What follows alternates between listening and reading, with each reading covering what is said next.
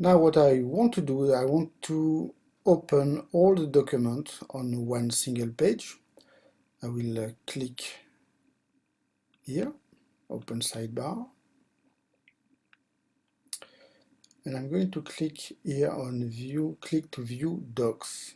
Let's see what will happen. Okay, it's first time I'm opening it, so I will review the permissions. Again, it's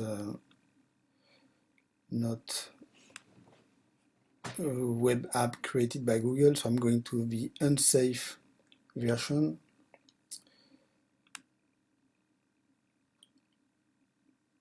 Okay, now it will ask me on which spreadsheet documents are stored, so it's this one.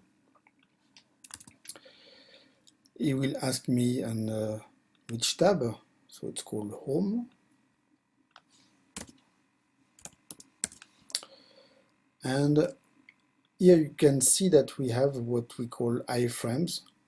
So it will ask me, okay, iframe starting in cell, well, it's in cell E4.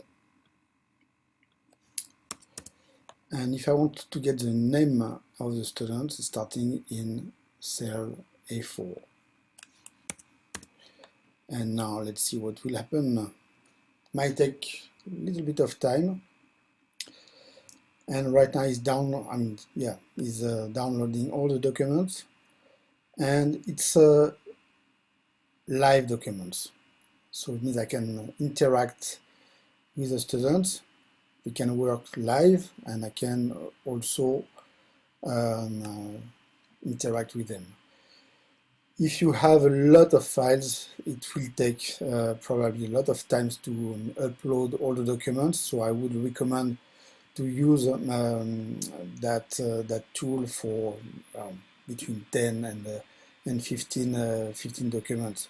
Right now, all the documents are here, and well, let's see if I can edit it.